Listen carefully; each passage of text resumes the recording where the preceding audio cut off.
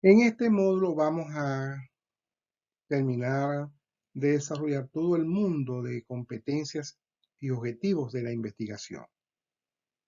Retomamos en primer lugar el análisis, como lo venimos haciendo en el módulo anterior. Ahora, ¿qué debes hacer en el análisis? Bien sea que estés estudiando el origen, el desarrollo, la situación, etcétera. Bueno, ¿qué debe abarcar? En primer lugar, bueno, clasificar y jerarquizar las partes o componentes. Siempre hay que saber cuáles son los componentes, pero también establecer una clasificación, una jerarquización, cuál es el más importante que se está analizando en ese momento. Luego, clasificar y jerarquizar las relaciones internas y externas, ir haciendo pues el conteo de esas relaciones. Luego tienes que determinar la secuencia de las relaciones, si son causales, multicausales, de interrelación, de correlación, o son de efecto o de consecuencia. Eso es importante que estemos conscientes de lo que estamos realizando. Cuarto, si las partes o relaciones están completas o están débiles o presentan un vacío, porque ahí es donde está la situación del problema. Todo problema nace porque hay una carencia, una insuficiencia, un vacío, y eso es lo que nosotros tenemos que determinar en el análisis. Otra de los elementos del análisis es si las partes o relaciones están implícitas o explícitas, o si son simples, compuestas o complejas. Eso es muy importante, ¿verdad? Porque hay veces en que una relación, ¿verdad?, está subyacente al problema y no se ve, tienes que bajarla, sacarla para poderla analizar. Y bueno, hecho el análisis, trata de inferir o hacer una significación del contenido del análisis. Y esto se corresponde pues con uno de los objetivos que vamos a señalar posteriormente, la inferencia. Tipos de análisis. Como has visto que es bastante amplio todo lo que tiene que abarcar el análisis, bueno, hemos llegado pues al acuerdo de que hay dos tipos de análisis. El análisis simple o básico, que se dedica a la determinación de las partes y relaciones de un todo. O sea, no complicarlo pues en el estudio. Pero por lo que se ve, hay análisis integral, ampliado o compuesto. Es decir, ya cuando tú estás combinando ese análisis con otros tipos de objetivos del proceso de investigación. Como por ejemplo, ¿verdad? Puedes hacer un análisis comparativo, un análisis crítico, ¿verdad? De lo que estás investigando. Cuando uno dice voy a hacer un análisis comparativo, se está ampliando la cobertura de lo que te puede abarcar el análisis. Y eso hay que estar consciente de ello. Ahora viene que sintetizar. Hay varias definiciones, vamos a ensayarlas. La clásica te dice que una vez que hayas efectuado el análisis, debe hacer la síntesis, la cual consiste en rearmar un todo o situación a partir de sus partes y relaciones. Es decir, después de hecho la descomposición de los elementos, bueno, entonces tienes ahora mentalmente que ver, ¿verdad?, cómo se arma eso, cómo está realmente funcionando. Eso es lo que se llama una síntesis. La segunda definición de síntesis es la presentación de una totalidad, sea de un fenómeno, situación o sistema, en su esencia o aspectos fundamentales o en su estructura y función esencial. Contribuye a la realización de las conclusiones y los resúmenes.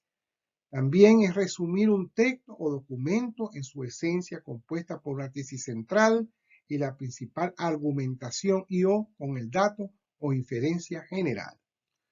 Fíjense ustedes que hay una variación con respecto a la primera definición, que es que vas a enfocar la esencia. Por ejemplo, tú vas a leer un libro y el libro tiene 500 páginas. Puedes presentar una síntesis, pero de lo esencial, de la tesis central y del argumento central y el dato central. Por eso es que uno puede resumir. Yo me acuerdo que cuando estábamos haciendo el doctorado, uno de los profesores de una materia llegó, como todo doctor que era, dio su primera clase y dijo, bueno, para la próxima semana quiero que me hagan una síntesis de estos dos libros, pero en una sola página. Inmediatamente produjo una reacción en los compañeros, porque dice, pero ¿cómo vamos a resumir un libro de 250 páginas y una de 400 en una sola página? Eso es imposible. Sí es posible porque acudes a esta definición de síntesis, en colocar lo esencial del texto, sin tergiversarlo ni nada, y eso es posible.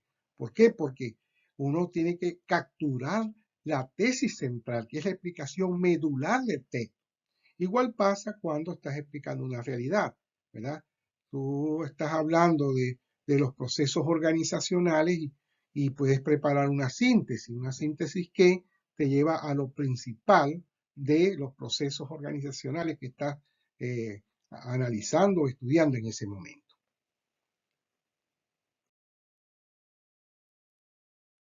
¿Qué es integrar? Integrar, ¿verdad? Es la operación que consiste en la presentación de la totalidad dinámica de un fenómeno o situación en su estructura, función y relación. Eso también es muy importante porque cuando uno está investigando un problema, ¿verdad?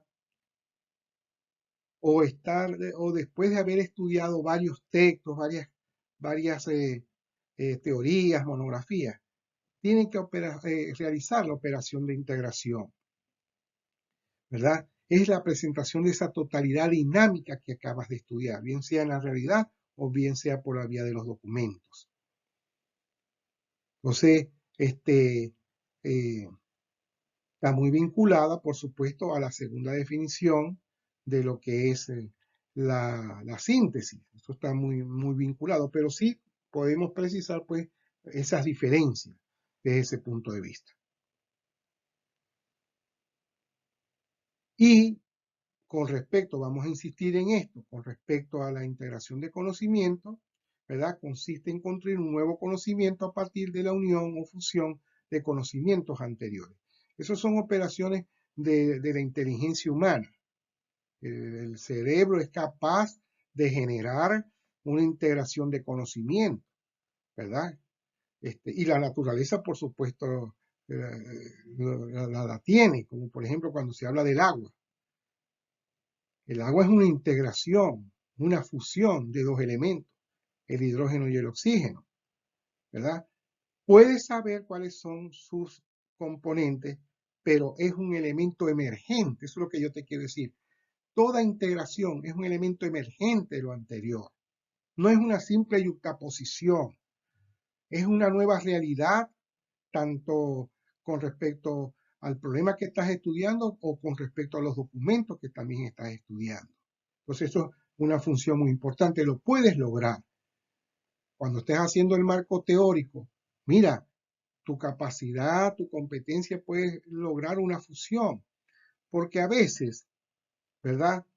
Se yuxtapone conceptos con otros conceptos y no se hace el enlace orgánico, que es lo que nosotros tenemos que establecer. Bueno, te dejo pues esa competencia de saber integrar. Es comparar. Nosotros, ¿verdad? Vamos a estudiar el problema en varias situaciones, es lógico. Bueno, si lo estudiamos en una sola situación, bueno, es suficiente, pero si vas a estudiarlo con respecto a situaciones distintas. Ya, por ejemplo, si estás investigando el problema de la productividad de una empresa, si lo estudias con respecto a una sola empresa, está bien. Pero si lo estudias con respecto a otras empresas, vas a tener que acudir a la comparación. ¿Correcto? O incluso dentro de la misma empresa se pueden dar comparaciones porque el gerente lo ve de una forma, el empleado lo ve de otra forma, el obrero lo ve de otra forma. Entonces llegará un momento en que tienes que recurrir al objetivo de la comparación. Entonces, comparar es establecer las semejanzas y diferencias entre dos o más fenómenos o de sus partes y relaciones, o también de situaciones, procesos, sistemas reales o virtuales. Comparar, como su nombre lo indica, se refiere a la confrontación o cotejo o contraste de por lo menos dos problemas o el contraste de las características o relaciones del problema o de situaciones o de procesos o de sistemas, tanto en sus aspectos comunes como diferenciales. Se comparan sus partes, sus relaciones y puede seguirse la comparación en cuanto a origen, evolución, estructura, situación actual, perspectiva, tal como se hace en el análisis. Por eso es el análisis integral. En este caso sería análisis comparativo.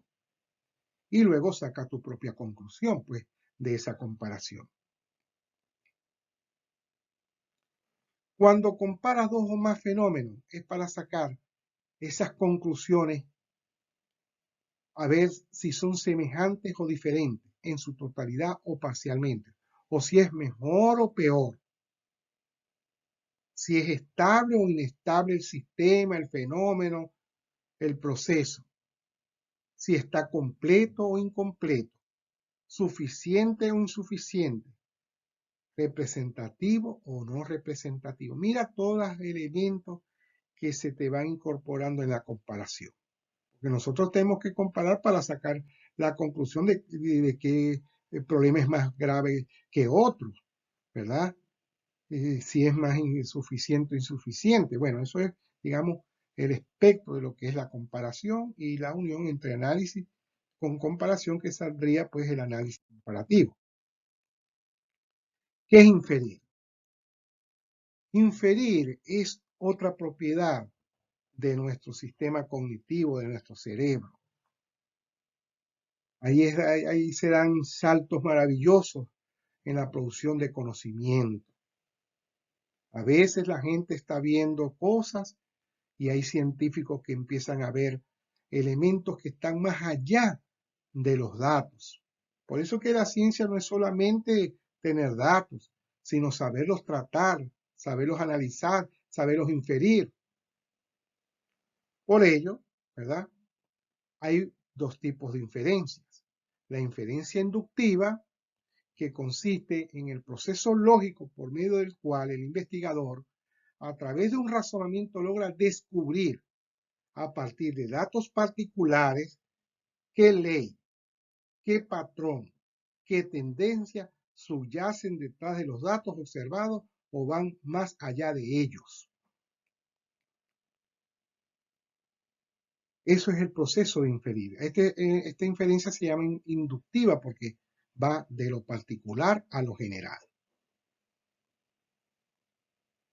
Luego tenemos la inferencia deductiva, que es contraria. Es el proceso lógico por medio del cual se logra extraer de un conocimiento universal, como dice allá, una ley, un patrón, una tendencia, para sacar las consecuencias particulares del mismo para explicar hechos específicos. Una vez que en la inducción tú llegas a una ley, has estudiado unos casos, ¿verdad? Ahora se te presentan nuevas situaciones, vas a replicar, vas a ampliar el campo del conocimiento científico.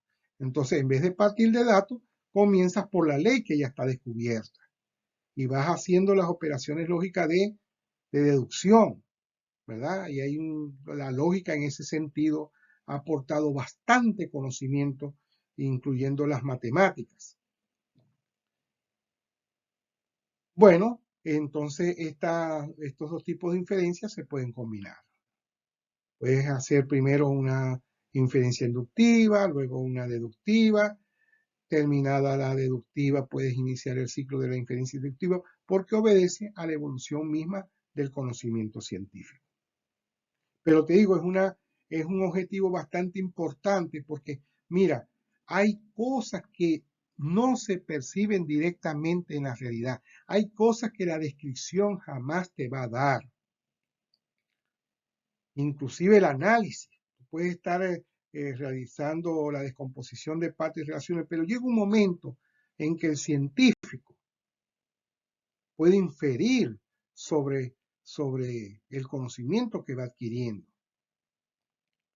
Bueno, esto es una competencia pues que hay que tomarla en consideración.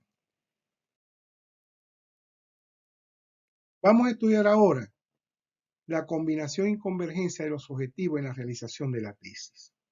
Miren, el pensamiento siempre será integral y completo, por lo que las competencias cognitivas e investigativas pueden integrar varios objetivos y siempre estarán en relación. Por ello, ¿verdad? Todo análisis lleva una síntesis o a una integración que a su vez se convierte en una explicación. Esa secuencia hay que tomarla en cuenta. Toda explicación te lleva a una predicción. No se puede dar una predicción porque sí, porque si se hace sin base es una especulación. Pero si se hace con conocimiento de causa, puedes generar la predicción. Y toda predicción presupone una explicación científica. También todo análisis te puede llevar a una comparación y toda comparación supone un análisis.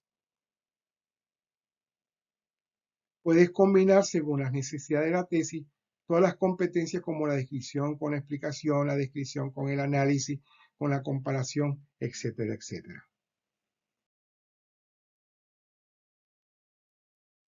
Mira, hay dinámicas o complejidades en la combinación de los objetivos.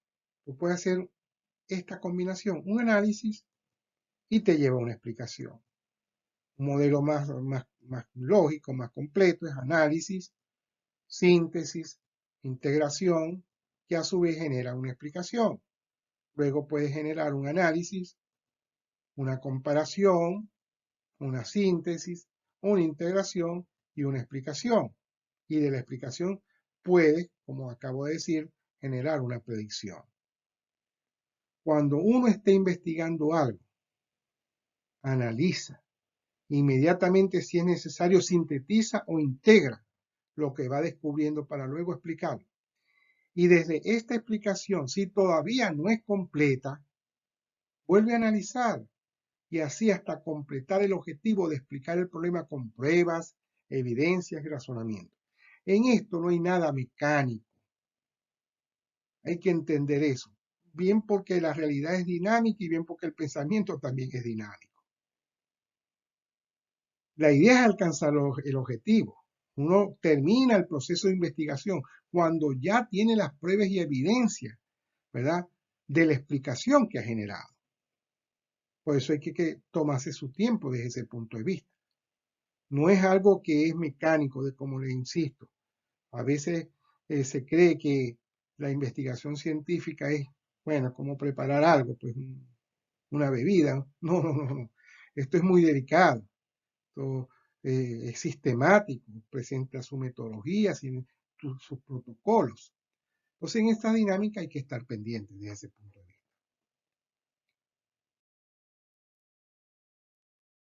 Vamos a ver la convergencia. Fíjense. Observar, describir problemas, analizarlo, sintetizarlo, integrarlo, compararlo como las demás que hemos señalado, ¿verdad?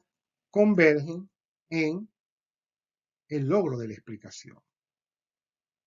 O sea, por eso que es claro que vamos a tener en el proceso de investigación, porque si tú sabes que estás haciendo un análisis comparativo, la explicación será una explicación comparativa.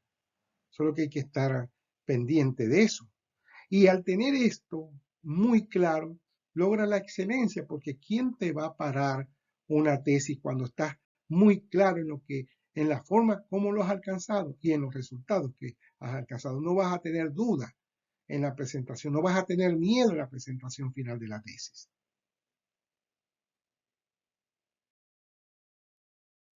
Vamos a ver qué es evaluar. Otro de los objetivos. Hemos hablado del análisis. Ahora vamos a hablar de la evaluación. La evaluación consiste en emitir un juicio positivo o negativo, a favor o en contra, de crecimiento o estancamiento, de ganancias o pérdidas de una situación en base a un parámetro inicial explícito con el cual se realiza el juicio. Esto es muy importante. Cuando uno, en los procesos, por ejemplo, educativos, se evalúa porque hay objetivos previamente formulados. Por eso es que se hace la evaluación estudiantil. Y también pasa en las empresas. Hay empresas que no han escrito ni siquiera explícitamente sus objetivos, su visión. Entonces resulta que esto es lo que es la evaluación. Tiene que haber un parámetro previo para hacerla. Ahora, cuando no la haya, ¿verdad? Esos parámetros, acude el análisis, porque en este caso el análisis lo que va a hacer es reconstruir, ¿verdad? El proceso que se vivió con los resultados. Y de allí tú puedes emitir un juicio también, desde ese punto de vista. Entonces, si no existiera ese análisis, pues acude, como acabo de decir, al análisis para poder solventar la ausencia de la evaluación. Entonces, en este proceso, ¿verdad? Nosotros podíamos combinar, ¿verdad? Y enseñarle a los que están involucrados en la situación, bien sea una empresa o un acto educativo, ¿verdad? Que si se va a hacer una evaluación de los procesos, hay que establecer los parámetros previamente. Incluso no solamente establecerlos, sino difundirlos, porque también ocurre eso, que a veces se va a evaluar a los estudiantes y los estudiantes no saben ni siquiera qué es lo que se va a evaluar. Por eso es la confusión que hay tanto en los exámenes, porque el estudiante va hacia un examen con la incertidumbre total. Sabe que ha visto contenido, pero no sabe los objetivos. Y así pasa en empresas y todos, ¿verdad? No se ha alcanzado una ganancia, no se ha alcanzado un objetivo. Bueno, porque se cree que se ha establecido y no se ha establecido. Ahora vamos a explicar bien lo que es la calificación, la cuantificación y la cualificación. Generalmente uno, tanto en la vida diaria como en el ámbito científico, siempre emite proposiciones de calificar algo, un fenómeno, un acontecimiento. En este caso vamos a hablar de estos mismos objetivos, pero desde el punto de vista científico. Entonces comenzamos diciendo que calificar es un objetivo que consiste en saber emitir una proposición o una argumentación sustentada sobre una situación bien en sus rasgos valorativos o medibles y se divide en dos partes, ¿verdad? La cuantificación y la cualificación. Cuantificar es el objetivo que consiste en la emisión de una proposición o una argumentación sustentada sobre un fenómeno o una situación en base a un parámetro de medición. O sea, cuando tú dices el 80% de tal situación, estás haciendo una cuantificación de la realidad. Y aparece el complemento que es la calificación, siendo el objetivo que consiste en emisión de una proposición o argumentación sustentada sobre un fenómeno en base a los rasgos significativos o valorativos del mismo. Piensen ustedes que estos son dos miradas a un mismo fenómeno o problema. Y no es que una elimina a la otra, son complementarias, son cara y cruz para la calificación. Se complementan desde ese punto de vista. Y esto es muy importante porque fíjense ustedes, en las tres definiciones que están allí se coloca la palabra sustentada. No es una calificación especulativa. Una calificación especulativa es que no tiene ningún soporte. En cambio, la calificación científica es objetiva, tiene soporte, bien sea en un parámetro de medición o en rasgos significativos o valorativos del problema que se explicitan cuando se va a hacer la calificación. Yo en particular he tratado de ser muy serio en mis cosas porque a veces me llegan periodistas, ¿verdad?, a entrevistarme en un tema que no es de mi competencia, como por ejemplo que la política, y yo les he dicho que no, porque yo de eso no sé nada. Entonces me dicen, bueno, pues usted no es sociólogo. Bueno, yo soy sociólogo, pero de eso, desde el punto de vista sociológico, no sé nada. Te lo puedo decir desde el punto de vista de ciudadano común, pero no decir que va a hablar un sociólogo con respecto a ese tema. ¿Por qué? Porque entonces la calificación que vas a dar es especulativa. Cualquier cosa que vayas a decir va a ser especulativa si te sales de tu campo. Por eso que yo siempre me he mantenido en el norte de lo que es mi especialidad, que es el estudio del ámbito educativo, de su estructura, de los planes curriculares, de la gerencia, etc. Pero fuera de ello, no lo hago, manteniendo pues siempre la seriedad para poder hacer unas calificaciones sobre el mismo. Crítica. Un fenómeno bastante importante de los juicios que hace el cerebro es porque puede someter a crítica lo que está investigando o lo que está leyendo en los textos pues, que sirven de soporte a su investigación. Y es válida pues hacer una crítica. Pero ¿qué es criticar? Consiste en identificar las fortalezas y debilidades de una situación o de un discurso y procede analizando toda la dinámica de la situación o de la argumentación de los discursos, compuesta por la sustentación y fundamentación, así como la coherencia y consistencia del mismo. Yo he visto, por ejemplo, casos en los cuales se critica sin hacer este tipo de análisis, sin ver lo bueno o lo malo, lo fuerte o lo débil, sino que de una vez criticar por criticar. No, es una operación bastante objetiva de la investigación científica. Tienes que saber identificar lo que está bueno, lo que está débil, lo que está fuerte y decir, ¿verdad?, qué le falta a esas situaciones. Por eso que la crítica también puede ser objetiva.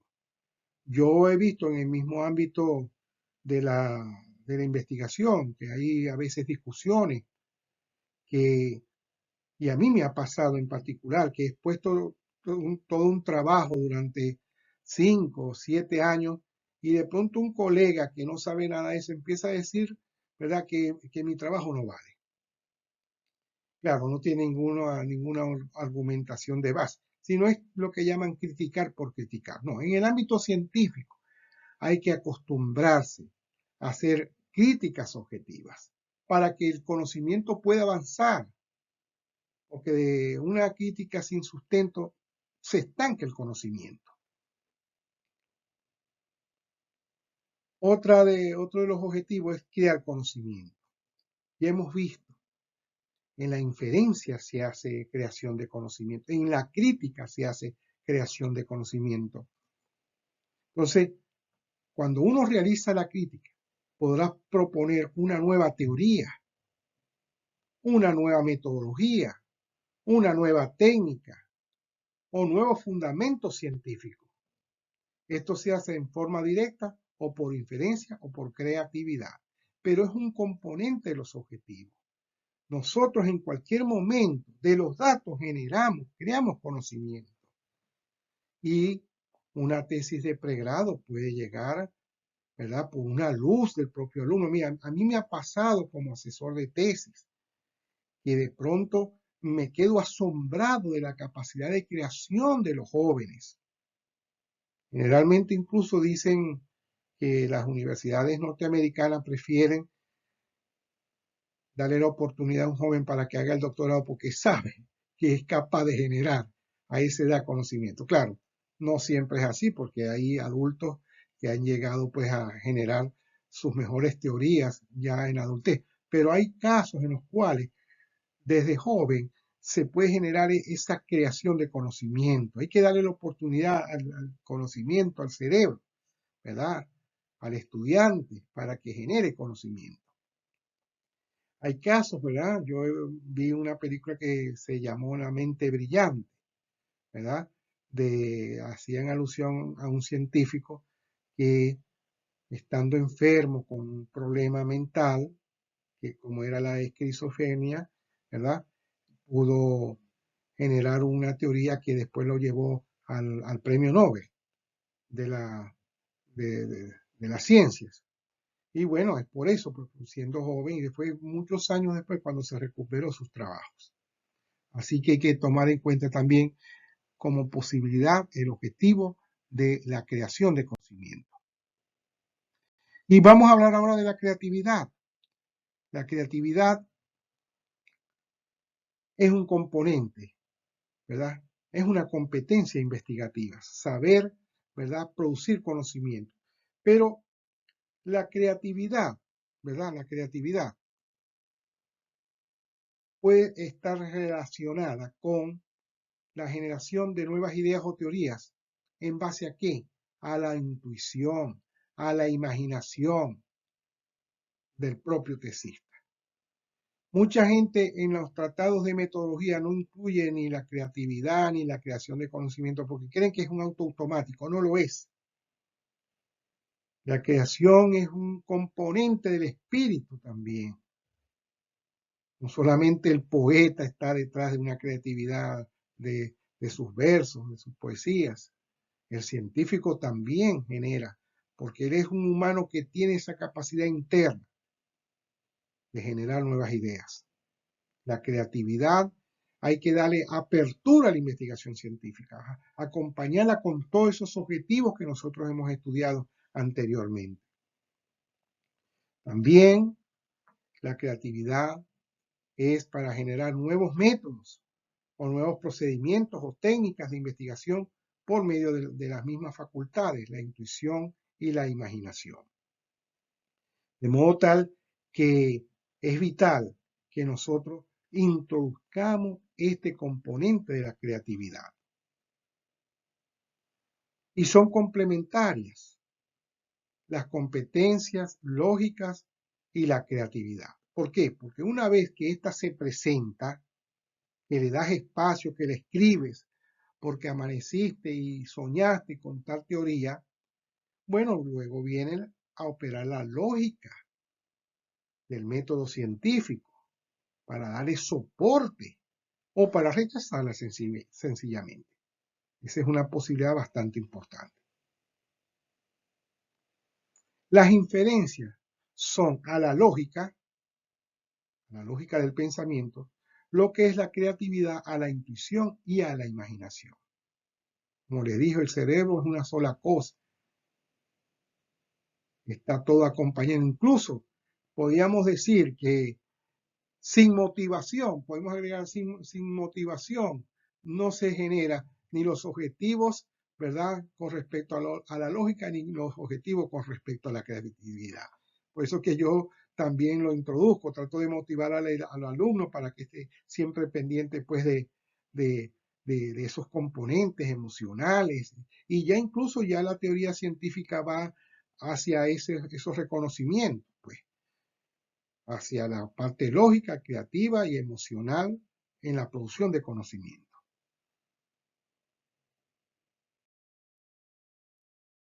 Concluir. Mire, uno de los objetivos que yo siempre coloco es la capacidad para concluir la investigación. Se refiere al proceso de razonamiento que indica que toda la investigación ha terminado. Si yo he establecido claramente los objetivos, un análisis comparativo, simplemente un análisis crítico, una vez cubierto, concluye la investigación. No le des más larga a la tesis. Ya tienes que estar seguro que has llegado a la meta que te has establecido. A veces por inseguridades o porque cree que el problema no ha sido investigado, le dan larga y larga y larga. Y a mí me ha pasado he asesorado tesis que han pasado ya a punto de concluir el lapso hasta de prórroga y no han concluido. Y es por eso, porque teniendo los objetivos claros, no han tenido esa competencia para decir, bueno, ya, listo, redacto y entrego. ¿Por qué? Porque puede ocurrir como vamos a hablar en lo que es el planteamiento y formulación de problemas. Tú puedes incluso, si no estableces claramente el problema, porque el problema es muy complejo, tú puedes colocar todas las dimensiones del problema y terminar señalando, bueno, pero para este tipo de investigación solamente vamos a abarcar esto. Eso te lleva a tu competencia para poder concluir tu propio trabajo. Entonces, tener la capacidad de cerrarlo en base a los objetivos que has establecido. Y esto te ayuda con la síntesis y la integración de conocimientos que has practicado anteriormente. Están íntimamente relacionadas. Resumir también es una competencia. Resumir consiste en la exposición breve de un texto y según los casos puede ser descriptivo, analítico, comparativo, etc. Bueno, aprendemos a hacer eso. Mira, de pronto en la redacción te salen muchas páginas o tomaste un autor y le diste a la larga con ese autor. No, resume. Ten la capacidad de resumir ese texto, que no es más que en este caso de una forma de síntesis. Un resumen tipo síntesis, un resumen tipo analítico, porque varía, es tan amplio como decir diagnosticar. Por eso que recurrimos mejor a los objetivos anteriores. Pero es una competencia la capacidad de resumir lo que estás haciendo. Bueno, podemos hablar de más competencias, como saber hacer encuestas, entrevistas, categorizaciones, llenado de formatos. El investigador normal tiene que ser como un artesano de la ciencia, como lo dijo muy bien Ray Mills en su libro La imaginación sociológica. Uno tiene que ser artesano de la ciencia, un artesano intelectual, saber hacer todas las operaciones. Claro, si estás en un centro o instituto de investigaciones donde hay una jerarquía del investigador titular, del investigador asociado, del investigador agregado y así por el estilo hasta llegar al técnico que hace la encuesta, bueno, el técnico sabrá hacerlo. Pero uno tiene que acostumbrarse a hacer todas las operaciones. Una de esas es saber encuestar, que consiste en tomar información a los individuos que conforman parte de la población o de la muestra. Para ello se usa un cuestionario o utilizando grabadoras o cámaras de filmación. Esta competencia de saber encuestar es importante, como le acabo de decir. ¿Por qué? Porque, miren, uno, antes de pasar a lo que llaman el análisis de resultados, antes de pasar las encuestas de entrevistas, yo siempre recomiendo el trabajo de campo. El trabajo de campo son pruebas, o lo que llaman el trabajo de prueba piloto, mejor dicho, la prueba piloto. ¿Por qué? Porque a veces uno ha venido estudiando lógicamente todo, ¿verdad? Siguiendo los pasos adecuados. Pero cuando está haciendo una encuesta, se da cuenta que hay fallas, o no se entiende la pregunta, o simplemente te das cuenta que faltan preguntas que no has considerado. Entonces, esa es la necesidad de saber encuestar. Igualmente pasa con las entrevistas. Hay que saber entrevistar porque esta consiste en tomar información cara a cara entre el entrevistado y el entrevistador. Entonces, al formar cara a cara, tú necesitas recursos de relaciones humanas, tanto para encuestar como para entrevistar. Uno tiene que saber llegar en qué momento va a encuestar. Por ejemplo, varias de las consideraciones que nosotros le damos a los estudiantes. cuando uno va a encuestar, la persona tiene que estar sola con el que va a encuestar o sola con el que va a entrevistar. ¿Por qué? Porque el que va a estar, el que va a estar encuestado, si ve que otros le están diciendo, no va a decir la verdad, porque lo puede comprometer. Igualmente pasa con la entrevista. O saber llegar a qué hora vas a pasar la encuesta. Tú vas llegando a tu trabajo, estás abriendo la casa, estás abriendo el apartamento y te llega, mira, usted me puede hacer el favor de hacer esta encuesta, pero ¿cómo te lo va a hacer? ¿Verdad? Esa persona llega cansada, llega con otras cosas por hacer. Entonces hay que saber las relaciones humanas con respecto a esto. No solamente la parte técnica de elaborar la encuesta o el cuestionario o la entrevista, sino también la parte humana, relacional para hacer este tipo de instrumentos. Hay que aprender también a categorizar, que consiste en identificar, clasificar y jerarquizar variables o categorías que se extraen de una entrevista o de un documento.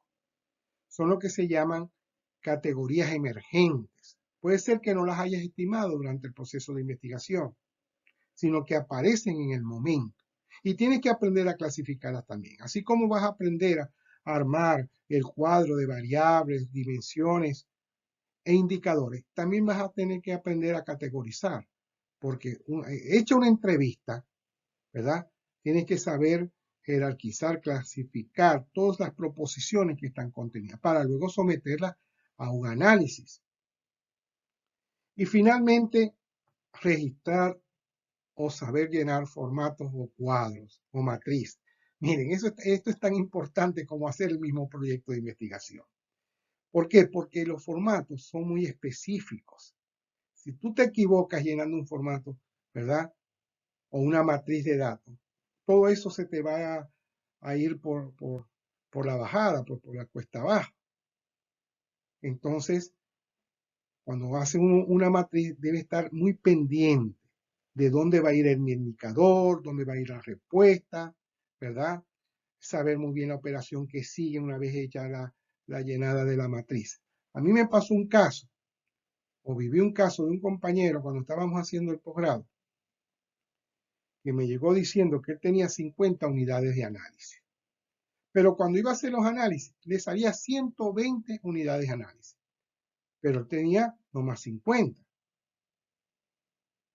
Entonces yo le dije, bueno, eso fue que tú no sabes llenar esa matriz. Pero bueno, si yo lo que hice fue que tomé la encuesta y fui llenando la matriz en la computadora. Bueno, vamos a ver, pues. Entonces yo fui, ¿verdad? Y abrimos la matriz. Y en la parte baja de la matriz, del formato, habían una nube de puntos, pero una nube concentrada, que era lo que hacía la diferencia con respecto a los 50. Es decir, habían 70 unidades de análisis adicional. Bueno, eso era que cuando pulsaba, ¿verdad? Por error, pulsaba una tecla que no correspondía. Y eso lo asumía la matriz o la computadora, el programa como dato. Entonces, hasta esta habilidad, hasta esta competencia de saber llenar un cuadro, una matriz, es importante para la investigación científica. Y ahora, ¿cómo aplicas estas competencias? Se aplica en la realización de tu tesis y te acompañaré dando un ejemplo con los siguientes 3 módulos. En ese sentido, pues, bueno, yo hasta aquí podríamos decir que ya tienes las competencias para hacer una investigación, pero yo te voy a acompañar. Vamos a tomar un ejemplo sencillo y vas a tratar de replicar, pues, poco a poco todo lo que yo te voy enseñando. Bueno, continuamos.